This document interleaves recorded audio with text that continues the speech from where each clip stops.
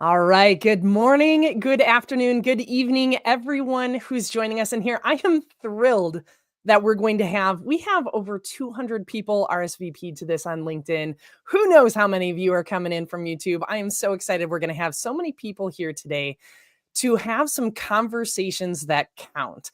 I want everybody to go ahead, stretch those fingers, get comfortable, be ready to drop some of those comments in LinkedIn or YouTube comment. This is going to be a really energizing session. My name is Mickey Fitch Collins. I'm one of our human skills facilitators here at Learn It, and I am so excited to have two fantastic new friends with me, Leslie and Joe. We're going to be talking about conversations that count today, and I want to give a warm welcome to all of you that are here because you know that feedback matters, even if it makes us squirm sometimes, right? Whether you are a seasoned pro or you're just starting out your career, we're all here because we want to grow. Feedback can be hard for some of us to hear. It can be even harder to ask for and even harder still to act on, but it doesn't have to be. And today we're going to have a fresh, really practical conversation about how do we seek feedback and how do we use it to our advantage. We're going to explore how to shift from seeing feedback as something that's a criticism to seeing it as something that is fuel in the tank for growth. And you're going to leave with some tools and some strategies for what we like to call becoming a feedback magnet, somebody who invites honest input and grows stronger from it. We got a jam-packed power hour here. So let me explain what we're going to be doing, okay? First, I'm going to introduce you to our guests, and then I've broken our conversation down with Joe and Leslie here into 3 different parts, okay? And I'm going to ask some different questions of them. The first part is we're going to talk about how do we seek feedback fearlessly and how do we turn it into an advantage? Then we're going to focus in how do we break through some of that internal resistance and overcoming some of those past negative feedback experiences. The third part that we're going to focus in on is how do we become one of those feedback magnets, somebody who invites that feedback and actually benefits from it. I'm also going to queue up some comments and questions. I welcome people to go ahead and say hi in the chat there. As you have comments, as you have things that you want to reinforce that our speakers are sharing today, or if there's a question that you want to ask, go ahead and drop that as a comment on LinkedIn or YouTube. We'll make sure that we get that there.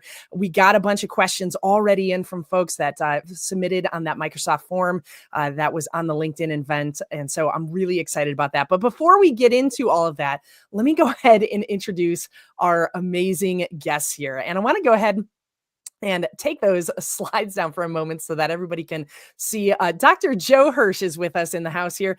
Joe helps leaders and teams make feedback fearless. I love that phrase. He's an award-winning educational leader and researcher, and Joe has earned praise from CEOs to NFL coaches for his fearless approach to feedback.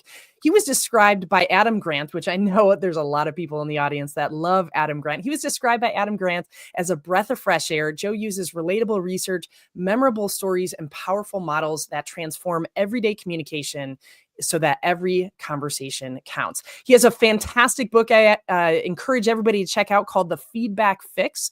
And Joe presents a fearless alternative to traditional feedback. He's championed a message as a TEDx speaker and a global keynote speaker for Fortune 100 executives, school leaders, school reformers, members of the U.S. Armed Forces and intelligence community, and close to 30,000 others across multiple continents. When Joe isn't sharing thought leadership in outlets like Harvard Business Review, CNBC, Wall Street Journal, and Forbes, he's probably doing something outdoors with his wife and his 4 boys, or hosting his popular podcast, which I love.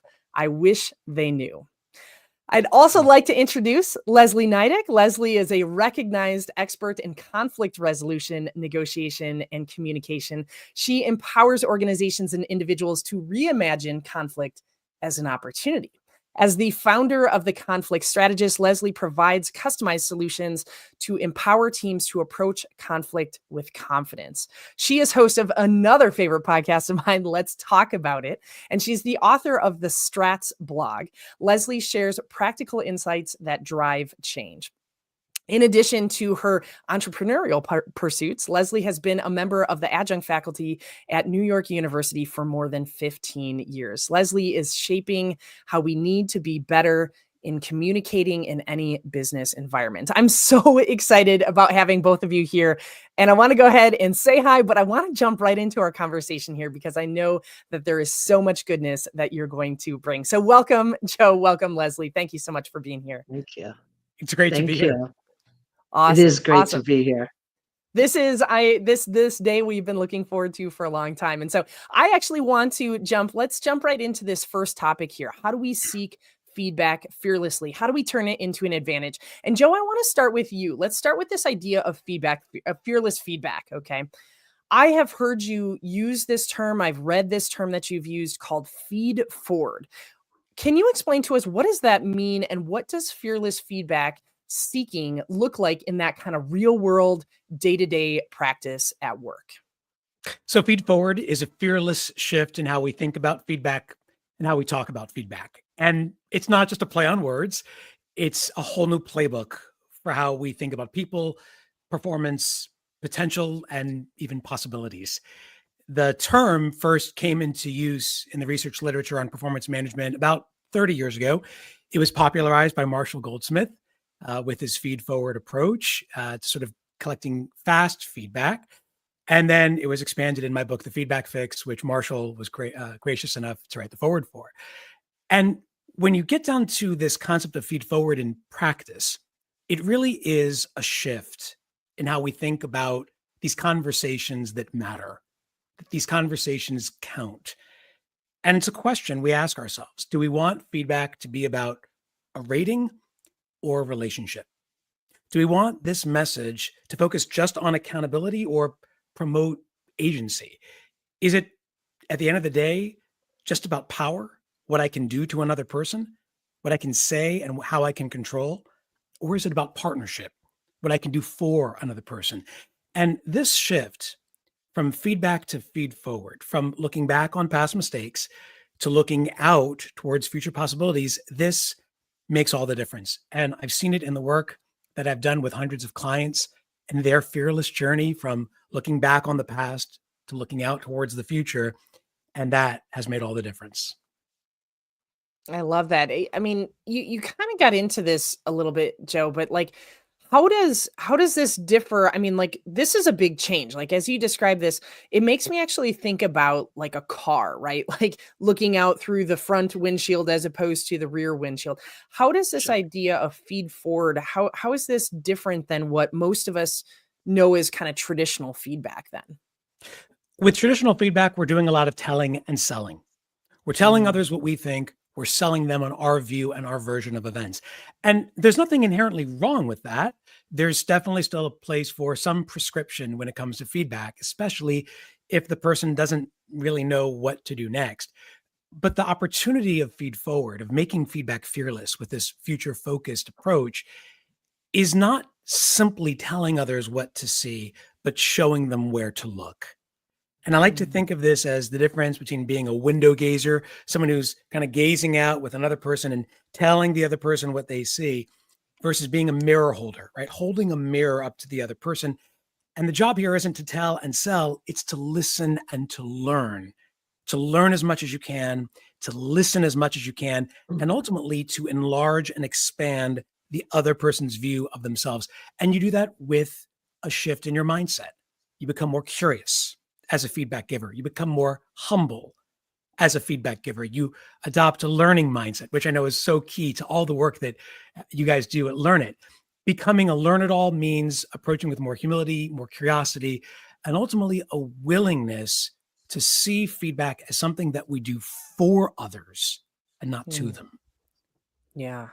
That's really powerful. I mean, this idea of willingness, and I think about on the other side of this, and Leslie, I'm going to come to you next about this. Like the other side of willingness is apprehension, right? Is resistance, is fear, is worry, like all of these sort of things. And so, Leslie, you're the conflict strategist. I love that, right? What are some of those common fears or apprehensions that people have about seeking feedback? And what would you name as some of the practical steps for people to kind of overcome some of that stuff? Well, first, I want to share a quote that has just always stuck with me. The single biggest problem in communication is the illusion that it has taken place, by George Bernard Shaw. Why is it important for this conversation we're having today? Because feedback is communication. And even to echo all of what Joe has shared, it's that whole dynamic of we want to talk with people, not at Mm. them. Our perception of feedback tends to be negative because of our assumptions and probably our past experiences with how feedback was delivered to us. And we need to reframe that in our minds. And we can manage our mindset. And one way to experience the opportunity of feedback is to start by intentionally seeking it.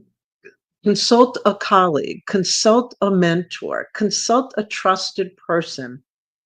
Start hearing feedback, listening to it, asking for it, and then implementing one change and seeing how that works. Find that opportunity in what was shared with you and then tweak it. Whatever you have to do, go for more, share more, talk about it. And then once you've got this more positive experience, which you've essentially created and sought, keep doing it. And then the growth transforms our mindset, where now the experiences that may have been negative because of the way they were delivered in the past, now that starts to get stored away. And what's front and center and top of mind is how feedback can be a better experience and how we can lead the conversation versus just letting it happen to us. Yeah. I like that idea as you share of really it's the baby steps concept, right? Of like Yes. starting with your closest colleague that you work regularly with, right? Somebody that you have a fair amount of trust, a pre-existing caring relationship, mutually beneficial relationship, right? I think a Sure. lot of what you're talking about is starting with seeking feedback where psychological safety exists, right? This idea that I can ask, I can be vulnerable without without a fear of, retribution or anything like that. So how do you and Leslie, I mean, you've been doing this conflict work for many years now. Um, can you share a story from some experiences that you've had of maybe, how managers or different professionals, it doesn't necessarily have to be managers, but how can people create these spaces of psychological safety in order to encourage different employees to seek feedback, right? How do they do that? How do we create this in our teams and in our organizations? Well, my example is a manager of mine very early in my career. I didn't know how unique it was, what she was doing. So there were some regular meetings that I was leading, and she was always an attendee or participant. And afterwards, we'd go for a cup of coffee. Sometimes we were walking side by side, depending on where we were going, and we would just have a conversation. And I know a lot of times she would share something like, I love what you're doing with how people are getting engaged. And she would point out things that I did or how I asked the question or how I made sure everyone was involved. And then she'd start talking about asking questions, not just telling me things. So how are you going to follow up with everyone? What's going to come next? How do we know how the action plan is going to be implemented? So, of course, I started to think about the answers of what I was going to do. And I'd go on my merry way and start implementing versus assuming that everyone was going to do what we agreed to do during the meeting. And it wasn't until years later that I realized like this was just routine, like back and forth feedback between us, and I didn't realize how unique that was, that wasn't the norm, that in most organizations I was at, you'd wait for the annual review. You would be told these things much more in these use statements. You'd hear them, you'd walk away like feeling cringy and disappointed and and even upset with yourself, like, wow, I've been doing this for the whole year. And now, I have to correct myself. And I didn't realize how unique it was to have these routine conversations where we didn't even call it feedback. It was just communication to us that we would just go back and forth. And it was really easy for me to even go to her and talk about something I saw that she did and ask, like, hey, how'd you decide to do it like that? Even when it was a negative, we just used questions much more than the telling. Yeah. Two words I heard you say a number of times in there, routine and regular, right? This Yes. idea of switching feedback from this high stakes, low frequency to high frequency, low stakes, routine, regular. I mean, I love the image that I had in my head of you and this other person kind of going for a walk or sitting and having a coffee or something like that, where it didn't feel like a big feedback conversation, right? I mean, I think that's such a critical piece when it comes to building the psychological safety is it's just another conversation, just as we would talk through the particulars of a project or, a task that somebody's working on. Yeah. Yeah. Exactly. Joe, Exactly. what would you offer with that of like how can managers or how can leaders kind of create these environments of psychological safety, kind of what Leslie was speaking about there? Frequency beats finesse every time. Mm. And Oh, that's so true. I Leslie, love you, that. you hit it beautifully. The most important thing when it comes to feedback is to keep having the conversations, right? And there was some interesting research that came out of Cisco. They did some work on this several years ago on what made for high performing teams within the company. This is a very large company of tens of thousands of employees around the world. And the one thing that they detected, and the lead study on that, Ashley Goodall, he's quite active in the world of HR and performance management, told me the key factor in high performing teams at Cisco was that they had high frequency conversations. They mm, went from, as you said, high stakes to high touch. And that frequency of feedback made for a normalization of feedback. And when feedback is normalized, when feedback is just another conversation, then it's a relationship. And that's ultimately what good feedback is all about, building a relationship with another person and not just assigning them a rating or sharing a report. I'd like to think of it as not just informing someone about how they're doing, but transforming the relationship that you have with that other person. And that is because feedback, when it's done well, is an act of service. It's what we do for others. It's not what we do to them. And when we talk about that difference between traditional feedback and feed forward, that's a key distinction. And it comes across in the way we message it. It comes across in the way that we manage it and even in the way we measure it. But yeah. ultimately, it's about building trust, building relationships, and creating more frequent, more focused, more fearless conversations every day. Yeah, I love that. I see a bumper sticker in your future there, Joe, That's my of, job. frequency beats finesse. Yeah, Yeah. if I didn't teach Jean, feedback, I'd write cards for homework. So yeah, absolutely. Yeah, this comment that we got from Jean here. Yeah, loving that. Absolutely. Yeah. So, when we think about this, I love this idea, frequency. I wrote down the word normalization, right? But I also think about in the workplace, right? There's dynamics at play, right? Whether it's manager and supervisee, it's an elder employee with a younger employee, whatever this is. I also think about demographic and cultural background pieces, right? Whether it's thinking about country of origin, whether it's thinking about race, gender, other identity factors. For either one of you, I'm interested. How do you feel like this influences people's comfort level with this idea of seeking feedback fearlessly, right? Like, how do you see this play in both of the work that both of you have done? Leslie, can I share some research that I found recently on this Oh, topic? please. So Yes. it's really interesting. The researchers were trying to understand the impact of feedback preferences on the effectiveness of feedback. So is the way that I like to receive feedback in any way a predictor of how successful that feedback will ultimately be?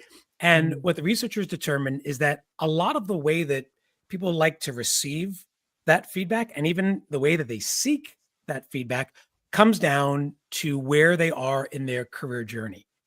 And the research looked at two different groups, so-called experts and so-called novices. The experts were people who had at least 5 years of experience within that role, and the novices had fewer than 2 years in that role. And what the research found is that experts and novices want feedback and seek feedback in totally different ways. For experts, it's really about candor. Just tell me what's happening and what has to happen next.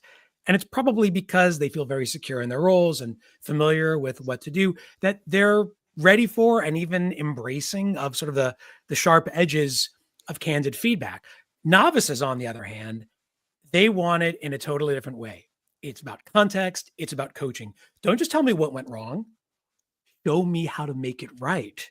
Mm. And it's that, I guess, newness and that unsettling that one has in the beginning of a career that probably leads them to seek feedback with a little more candor, but a lot more care and a lot more context in coaching. So I think the lesson here for leaders and really for anyone who is giving feedback is to try to be aware of not just what is happening, but who is that person on the other side of the conversation, which is probably always good advice when engaging in relationship building, right? Who is this person? What do they need? What does our relationship need? And to not only look at all the other factors that you would look at, like, what's happening, what's going on, what are some of the external factors, what are some of the external pressures, but to look at who this person is in his or her particular role and what kind of feedback can I give them to make it most impactful. And if you're seeking that feedback, I think there's an opportunity for you to help the person craft a message that is more aligned with what you need. And to say to the person, for me, I really appreciate when feedback comes in a context. Don't just tell me what's happening, but tell me why it matters and tell me where else you're seeing it and what else I might do to change this. And taking account of those, not just various differences you mentioned, Mickey, super important differences and distinctions. Knowing who the person is really critical to delivering a message that is going to resonate and ultimately get results. Mm, yeah. Yeah. I love, I actually had a different hypothesis when you were talking about the experts versus novices thing. So I appreciate you sharing that, of the ways in which people want it versus maybe the way that people assume that people want Mm. feedback, depending on where we are in life stages and career stages. Leslie, what do you think about this? Kind of, how does our backgrounds affect how we receive feedback or how we should be giving feedback? All of it adds other layers of communication and miscommunication. And I think the key is to remember that every individual is going to be different. So what worked with one isn't necessarily going to work with another. It can help to know general information about, people who are experts versus novices and how to treat them differently, but then still know that there may be cultural differences. There may be different experiences with what kind of organizations they worked in, small organizations, large organizations. So all of that comes into play, that it means that whatever worked for one probably won't work for the other. But it gives you a platform, a framework to work off of. And then you have to not only insert pauses, because you have to see like how someone's reacting.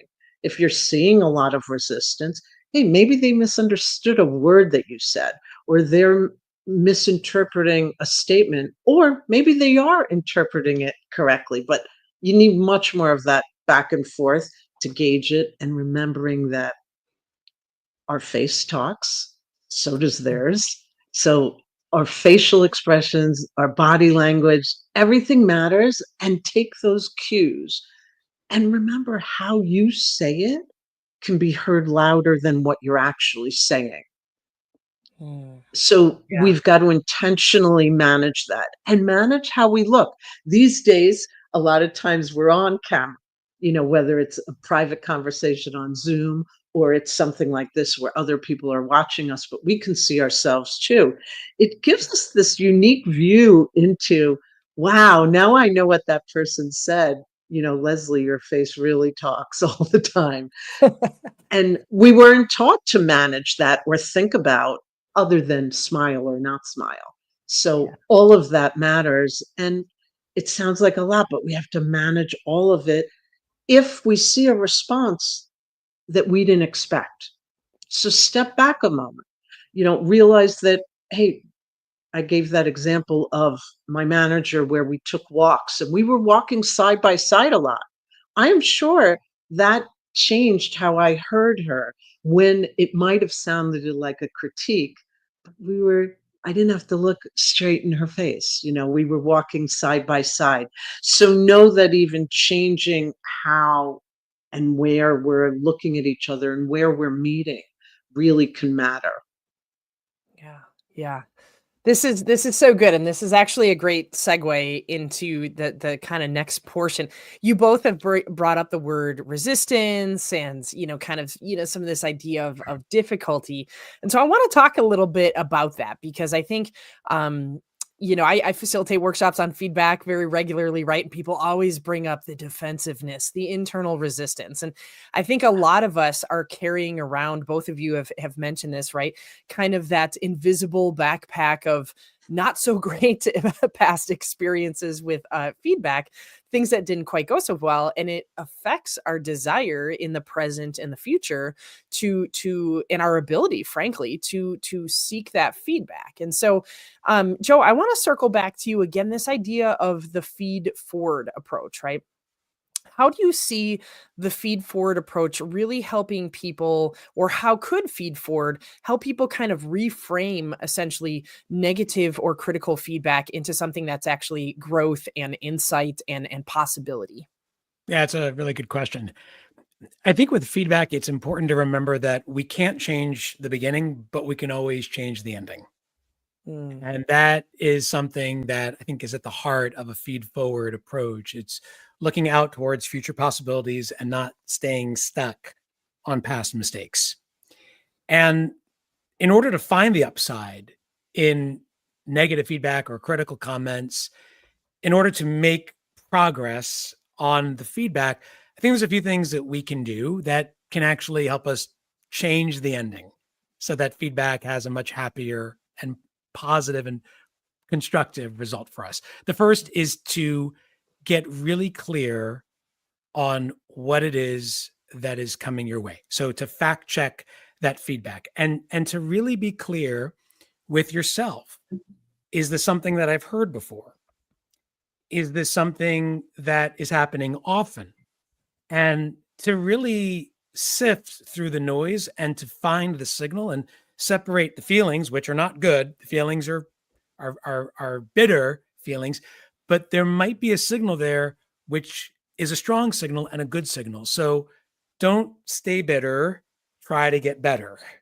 And that's the first thing, by trying to find that signal. Not everyone has a high level of self-awareness, and most people don't.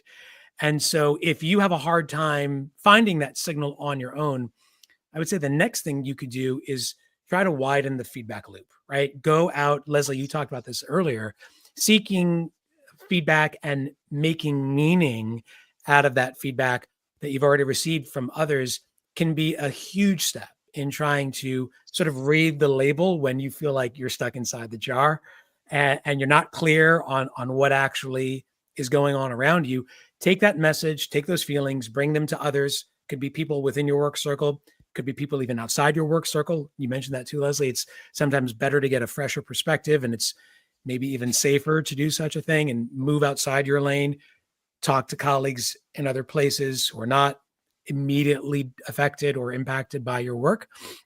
And then the last thing you can do after trying to find the signal in the noise and widen the circle is actually go back to the person who gave you that feedback that made you feel lousy and actually thank them. And Yes. I know that sounds a little counterintuitive because that's probably the last thing you it's want to good. do. But I think it's critically important for two reasons. When you express gratitude and not grudges, the first thing you'll do is make peace with the past. Because feedback can be that invisible load that you carry with you for your whole life, and it can weigh you down in ways you don't even expect. So you have to make peace with the past and let go and let grow, right? Grow into this moment. But the most important thing, and this is number two, is that you're going to make a feedback champion. When you go to the person who gave you that message and you say, what you said really hurt, to be honest with you, it took me a few days to get to this point, but I'm at a point where I actually want to say to you, thank you. And I want to let you know that I'm working on it. I want to thank you because I know it's not easy for you to share that feedback. It's not easy for people to share uncomfortable truths. And I also want to let you know that I'm trying to act on that feedback. And here's what I'm trying to do. When someone hears you say that, gratitude plus goals, you have just given yourself the gift of a feedback mentor who's going to come back to you again and again, who's going to share that information and is going to be in your corner because they know that you're the kind of person that can take those messages and make something out of them. When we do that, when we treat feedback as a gift, but more importantly, as a deposit that can build interest and compound over time, we're going to have more investors. We're going to have more people who want to help us. And that's the most important gift we can give to ourselves. Yeah. Joe, you just cranked out about 3 or 4 more bumper stickers out of that. Right? Yes. I love that. I love that.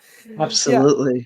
We'll be giving those out at the end of today. If you stick around for the whole duration of our conversation, stay tuned. Yeah, Joe's got a new Etsy shop where he's putting out his feedback bumper stickers. Cracking on it.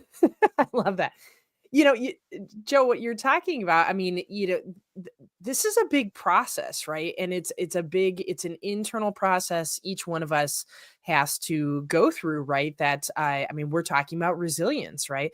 But in order for us to build that up, right, there's that self-awareness piece that needs to be a critical component to that. Like, that's what I was hearing through all this is, kind of know thyself and be able to have an idea of like, where am I and what does this mean to me? And so, Leslie, I want to kind of kick this over to you a little bit, is thinking about, what role do you see, especially when it comes to, I oftentimes find people when they get that critical feedback, it's a place of conflict, right? It's like, I don't believe it. I don't want to believe it. This isn't true. This is wrong, right? And so what role do you see self-awareness playing in kind of overcoming some of that internal resistance that we have? And how do we cultivate that's a greater level of self-awareness? What do you think about that, Leslie? First, I just want to echo and emphasize Joe's point about the gratitude and the thank you, because some years ago, I ran into someone on the street and they were telling me about, I had worked with them. They were on my team earlier in our careers, and he was now a manager of a team. He's just like hugging me, like, thank you for telling me what you told me that I refused to listen to 10 years ago when I worked with you.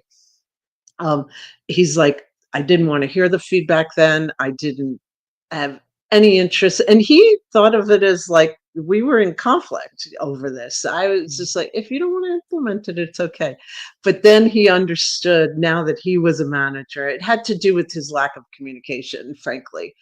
And he's like, now I get it. He's like, just thank you, because now I know what I need to do and I need to help them be more receptive. So I just want to emphasize the gratitude matters, even if it's 12 years later, it's worth it because it helped me too. So as far as like the resistance and the self-awareness, our resistance is usually based on assumptions. We're always assuming this is going to be a negative experience versus a positive one. And it's because of experiences in our past. And then we expect that we need to protect ourselves, and we do that. So we go into this resistance mode. So how do we transform it? I really want to use examples from conflict because they really are quite aligned, because some people think of feedback as conflict, and it's typically a source of many conflicts. So if I have clients come in and they're stuck in conflict, and a specific conflict, they arrive with the belief that there's no solution. They've tried everything and whatever, let's see what happens today. That kind of attitude. Well, with that belief, I was telling them there's nothing for us to do if that's what you're going to continue to believe, that there is no solution. And they're like, what? Huh? How do we change? I said, listen, even though I don't know what the solution is, you don't know what it is, we actually have to believe it's there because that's what's going to motivate us to dig for it and find it. And then it's the same thing with feedback. If we think of it as, hey, this is an opportunity to learn and grow, e- even if you initially disagree, maybe you disagree later. But if this is an opportunity to learn how someone's perceiving you and seeing you, even just to manage that perception, then you're going to dig deeper to listen to it, to absorb it, and figure out and act if necessary. So it's back to the belief that there's something here and I'm going to take advantage of it versus assuming this is negative and I have to fight it off. Yeah. I like that. I mean, you're talking about a mindset shift, right? Of there is Yes. no solution versus there is a solution. And that's so like, gosh, I feel like that's such a switch that we can flip very easily of I'm going to be focused on there being the possibility of a solution to this, the possibility of growth, the possibility of something better in the future, which I think in that very moment, I mean, you talk about self-awareness, that causes people to put down the sword and the shield, right? And say, okay, well, instead of having the sword and shield up to defend myself, now, as you say, dig, now it's time to pick up the shovel, right? And say, like, how do we find this together? And that's a huge shift in terms of how do I look at myself in this feedback conversation. Yeah. Yeah. Yeah. I love that. It's not easy though. Yeah, yeah. I mean, if it were so easy as flipping a switch, right? We I probably wouldn't wish it be having was. this conversation today. Yeah, yeah. I mean, this idea of using our past to inform our future. Even the way that I framed up that question, right? Is out of this negativity, right? Oh gosh, Yeah. most people come from these negative experiences, these bad experiences. I think it's this inborn negativity bias that exists in all of us, right? So how Yeah. do we and for either one of you here, how do we get folks, let's continue on this train of, kind of overcoming this. How do we help people see our past as positive informers of our future rather than seeing our past as negative informers of our future? I think even when we look out towards that future where possibilities still exist, it doesn't mean that we're ignoring our past, right? Feed forward doesn't mean that we pretend like nothing's wrong or we ignore or overlook things that have happened. We address issues, and I like to teach people about how to be more candid and caring in their feedback message by not just sandwiching, the feedback with a praise sandwich, but really being more candid, more caring, more direct, and ultimately making space for them to suggest their next steps. So I think looking at the past as not a predictor for the future, but as a precedent for next steps, a precedent for how to make progress in the future is a very helpful construct. We can't change the past, but we can always fix the future. Yeah. And so when we look back at the past and we grow from it and decide to make the past our teacher, then we can ultimately have better outcomes in the future. So I think it requires, yes, self-awareness, but that's not always in large supply for folks. Um, Yeah. my friend and colleague Tasha Urich has shown the perception gap between how much self-awareness we think we have. 90% of us think we have a lot of it, whereas only 10% of us actually have a strong degree of self-awareness. So, right, most of us are walking around with toilet paper stuck to the back of our foot and we have no idea.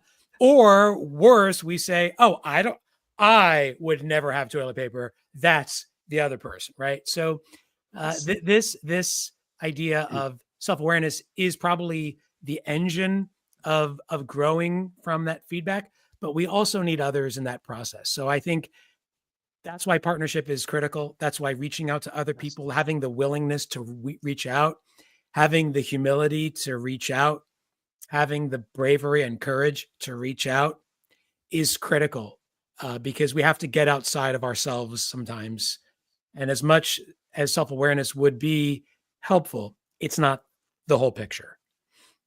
And I want to add something that you reminded me of it, that we have to avoid a focus on blame, because that's usually where a lot of resistance comes from, where, oh, thinking I'm a flawed person, that there's something Yeah. wrong with me, rather than just improving ourselves. It's not a matter of blame, but unfortunately, there are a lot of organizations that's what it is. There's people leading it who are all about, I got to figure out who's at fault. Well, let's not spend all our energy on that. Let's just learn from what happened, and we can move forward and improve the future. Yeah. Yeah, I think that, I mean, that's such a great point about the flinging of shame and blame, or, that's not accurate, that's irrelevant, they're not right, that's Yes. biased, whatever that might be. I think, and I mean, I think I know the answer of what you're gonna say to this, right? But, like, I mean, is it possible that the feedback that we dismiss, or that blame, that we're looking to assign blame to somebody, or this isn't actually good feedback that somebody's giving me. Is it possible that that feedback is actually the stuff that's most crucial for our growth and development as individuals and teams and organizations? Like, what do we, how do we shift ourselves? Again, I think that this is probably a self-awareness piece, but how do we shift ourselves to see that as the good stuff? I think behind every mistake is an opportunity to create a learning moment. Gary Ridge, the former CEO of WD-40, shared that with me on an episode of I Wish They Knew. And Gary said that the reason why WD-40 became such a strong learning culture is because leaders created the expectation that mistakes will happen, and that is a given, but learning from those mistakes, that is not optional. That is also required. Mm, And when we make failure our teacher, good things happen. In fact, WD-40, the entire premise of the company, of its product line, was built out of turning a mistake into a learning moment. Do you guys know the reason why it's called WD-40? Did you guys yes. hear this? Yeah. Okay. Go, So go ahead and share with everybody. 39 Yeah. times they tried to create the solution that would be soluble enough to withstand certain pressures, but also be strong enough to adhere. And 39 times they failed. The 40th time they succeeded. WD-40, water displacement 40. Had they stopped trying after 35 or ignored the feedback after try 27, we wouldn't have one of the most important products. I mean, I can just speak for myself. I use this for everything. I mean, Yes. it's like I my have a dream can of it product. sitting right on the other side of my office here. Yeah. Maybe not as good as lip balm, guys, right? But that's an inside joke, folks. You don't know why we're laughing, but it's okay. It's okay. Maybe we'll let you in on it at the end. And so learning and growing and turning mistakes into learning moments, that's everything. And so if we ignore the past, we miss opportunities for making good in the future. Yeah. Yeah. I want to. Reflect without regrets, right? Then we can really learn from it. Another bumper sticker. We're up to like 10 now at this point, I think. Here we go. I want I to think talk about Mhm. this concept. Both of you have indicated this idea of, attracting and seeking feedback. And Joe, I think one of the terms I've read and heard you use too is becoming a feedback magnet. Okay, and I love that. I mean, I think about, I watch these videos on YouTube of people like, magnet fishing and like all this sort of stuff, right? But what exactly do you mean by a feedback magnet? And what are the characteristics that both of you would put the ingredients into the recipe of being a feedback magnet? Yeah. So feedback magnet is someone who attracts those insights, that information on their terms and their timeline, because waiting is not an activity, and waiting for feedback is definitely not time well spent. So to be a feedback magnet, someone who attracts those insights when they're needed most, I think takes a few things. I think it requires curiosity. Mm, You have to be willing to ask the questions and seek the information. It requires humility, that learn it all, right? The willingness to say, I don't know, and that someone else may have insights that I need. And then I also think we can call it courage or bravery or fearlessness, a willingness to step outside your comfort zone and into the learning zone. And that is where the real growth occurs. So be curious, be humble, be fearless, be brave, and you can be a feedback magnet who attracts those insights when you need them. Awesome. Thanks, Joe.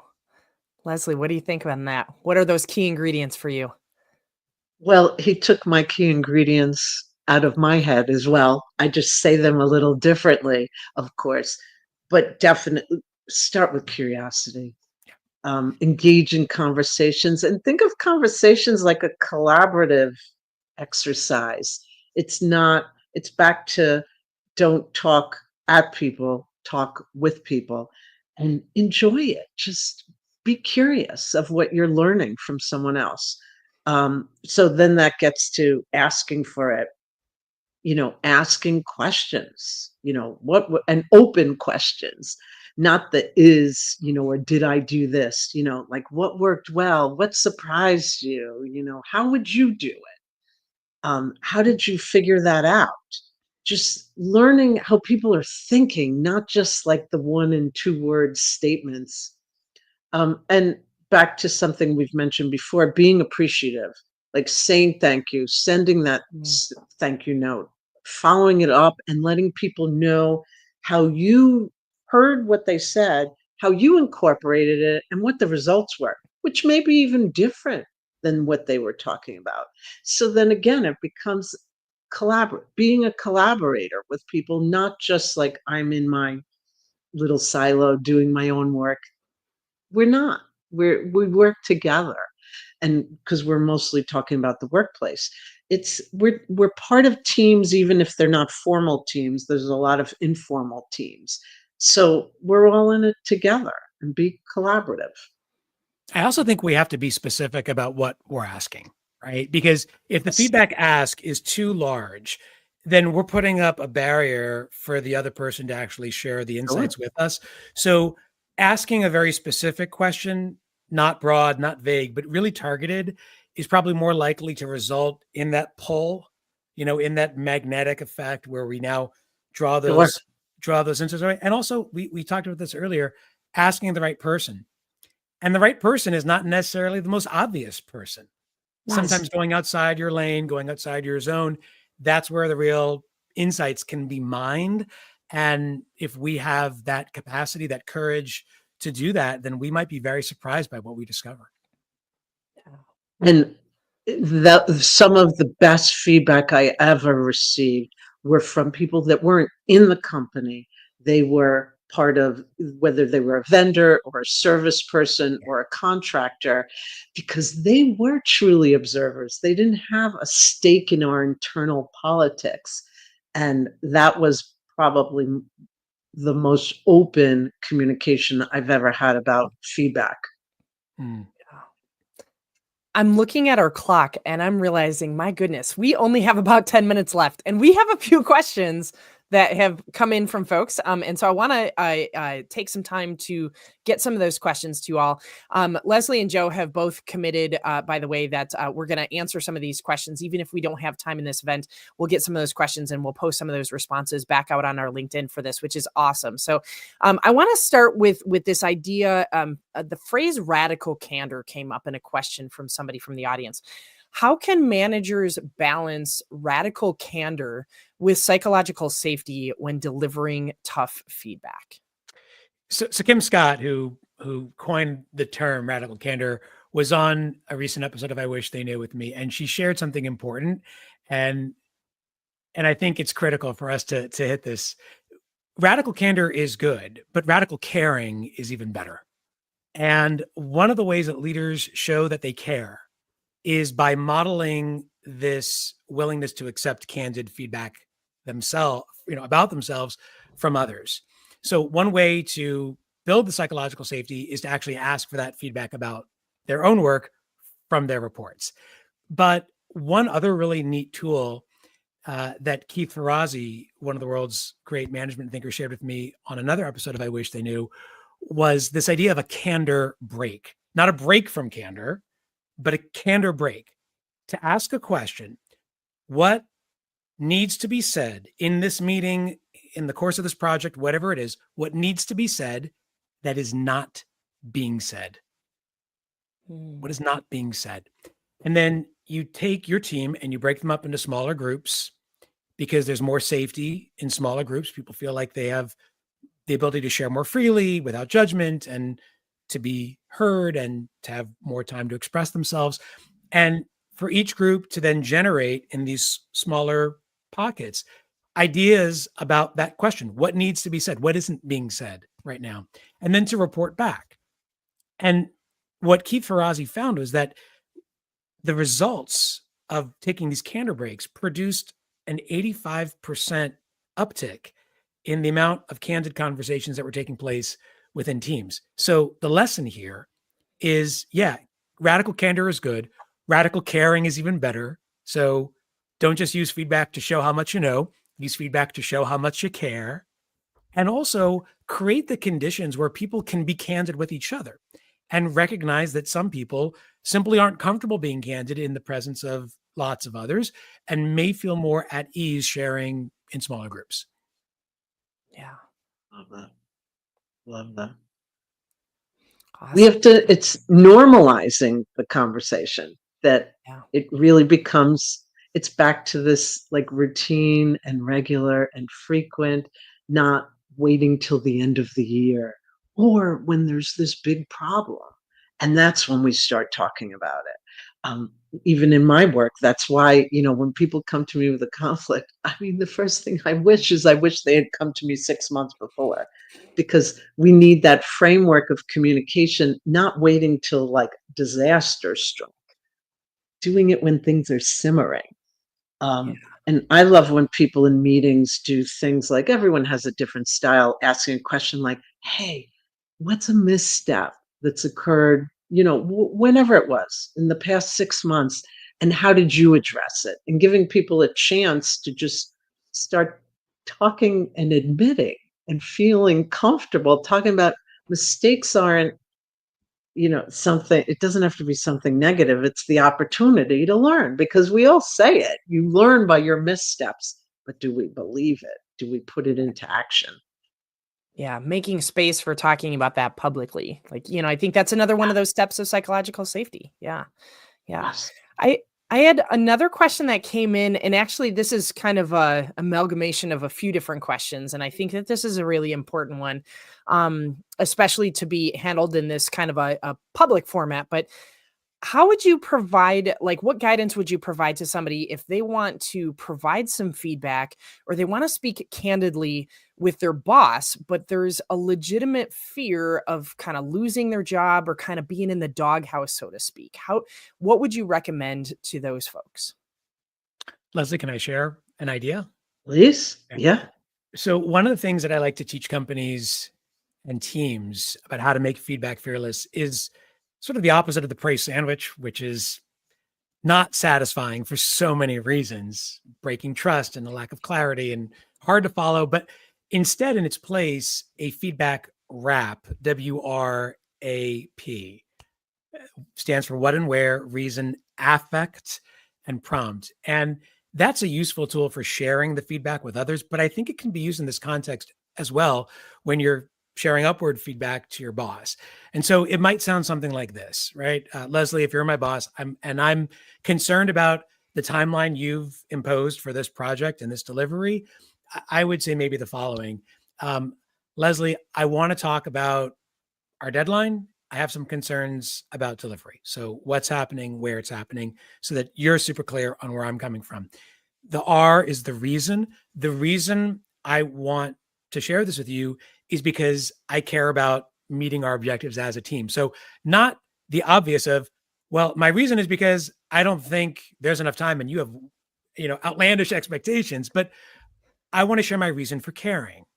Okay. Remember, feedback is an opportunity to share how much you care, not share how much you know. So I want to express my genuine concern and my care for meeting our timeline for the client. Affect, we move away from blame, we move towards contribution. Leslie, I feel, you talked about these I statements and conflict de-escalation earlier. I feel that I'm unable to meet these deadlines given these constraints. And here's what would help me do better, right? Instead of saying you've imposed an unrealistic timeline on us, I have some constraints on my side that I'm able to overcome if the following happens. And so you've gone into solutions mode, but you've also gone into contribution mode. And then lastly, the P, the prompt, I would say, is this something that you would consider? Have you thought about how else we might design the timeline for this project? So I've been very candid with you. I haven't sugarcoated anything. I've been very respectful. I've preserved your authority, but I've also been clear that there's a problem. Most reasonable leaders, and let's double underline the word reasonable, most reasonable leaders, when hearing feedback like that, the what, the where, the reason, the affect, the prompt, they're going to change course because ultimately they want what you want, which is success. And so they don't look good if you don't look good. Right. And so shared this way, it does change everything. Instead of being a complainer with no solutions or questioning their authority or judgment, you're approaching respectfully, you're approaching with ideas, you're trying to be a contributor, you have some solutions, you're giving them a way forward, you let them show the way. Yeah. Perfectly explained, because the opposite is when people walk into someone's office, dump it in their lap of, we're not going to meet the deadline, you gave us something unreasonable, and then walk out. Yeah. Well, of course, there's going to be resistance to that. What Joe described is the way to go out anything that's a challenge, because that's what's at work, challenges. But figuring out how to present it so that someone understands what's happening, figures out some of the options that have been offered. Perhaps there's more brainstorming of others, like, hey, you know what? There's some other constraints you don't know about. So let me add that in and go, Yeah. oh, okay. So wait, my solutions need to be tweaked a bit. And it becomes collaboration again versus just this, talking at each other. And you've had a conversation that counts. Ooh, there we go. There we go. Yeah. I love that. And there's so much that we could keep going on here, but unfortunately we need to wrap ourselves up. And I just want to offer the big takeaways. I took so many notes during this conversation, and I'm sure so many folks in the audience did as well. Thinking about how we normalize feedback and creating spaces of psychological safety and candor and caring, and feedback as a conversation for learning. Like there's so many different things. I just want to say thank you so much, Leslie. Thank you so much, Joe, for both of you for being here. Lots of great insights, lots of good moments, lots of good bumper stickers. I also want to just highlight this comment that came in from Skylar here about WD-40, not a good aftershave. Her son thought it would make him smell manly. Great comment for us to land ourselves with. There's so much that we gained from this conversation in the last hour, and I feel like the task is really clear in front of us. We need to all act on becoming feedback magnets. And, I just want to encourage everybody that's out there, please connect with Leslie and Joe on LinkedIn. I know both of them very, very active. They have incredible podcasts, incredible shows that are out there. Connect with them, send some messages. One last call to action that I would put out there for everybody that is watching this, whether live or recorded. If this has been really helpful to you, please go ahead out to YouTube or out to LinkedIn. Please repost this. Please share it out to your networks. Put a comment in there. Tag Joe, tag Leslie, tag myself, tag Learn It in there. Share what your big takeaways were. I really appreciate that continued learning. This is a great space for us to learn. And so again, everybody, thank you so much for being here. Leslie and Joe, thank you so much for taking time out of your busy days and the work that you do to be here. This has been a fantastic, as I said, power hour for us all. We're going to continue some of the conversation. We'll get some responses to some of those other questions that came into that Microsoft form. But again, Leslie and Joe, thank you so much for being here, everyone. And thank you, audience, for being here and being a part of everything here today. And we're going to go ahead and close ourselves out. So have a great day, everybody, and continue the conversation.